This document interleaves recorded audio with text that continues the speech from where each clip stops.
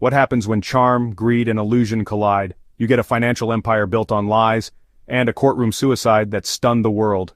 This is the forgotten but shocking story of Whitaker Wright, the man behind one of the biggest financial frauds in British history. A scandal so deep, it rocked the city of London in 1900. Born in England in 1846, Whitaker Wright spent years in the United States as a mining promoter before returning to London in the 1890s, just as the British Empire was hungry for gold.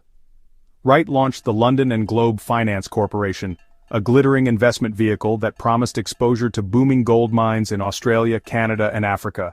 He had star power on his side. Lord Dufferin, a former Viceroy of India, sat on his board.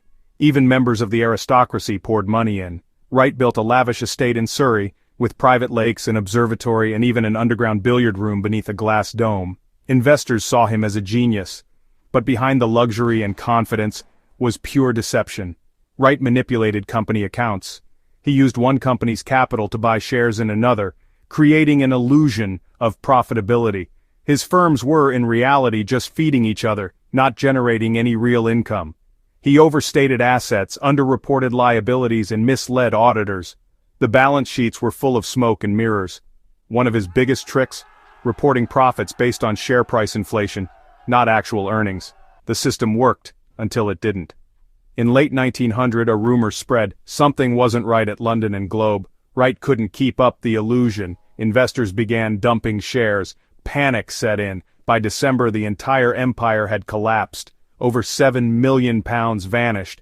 Thousands of people, from wealthy lords to middle-class savers, lost everything. Wright disappeared. Newspapers called it the greatest fraud in British history. The city of London was humiliated.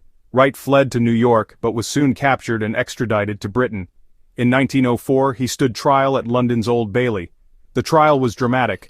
Prosecutors presented doctored documents, insider testimony, and forged accounts. Wright defended himself with confidence, but the jury wasn't convinced. He was convicted of fraud and sentenced to 7 years in prison. But the real shock came seconds later. In the courtroom, Wright calmly reached into his pocket, pulled out a vial of cyanide, and swallowed it. Within minutes, he was dead.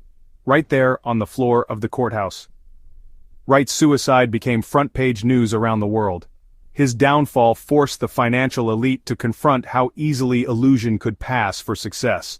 The London and Globe scandal wasn't just about one man. It was about a system that allowed one man to fool everyone, from nobility to regulators. It's a timeless lesson. The bigger the promise, the more carefully you should check what's behind the curtain. So, next time if you see a famous investor name appearing in the holding list, so don't get blindly attracted or tempted. For more such stories, don't forget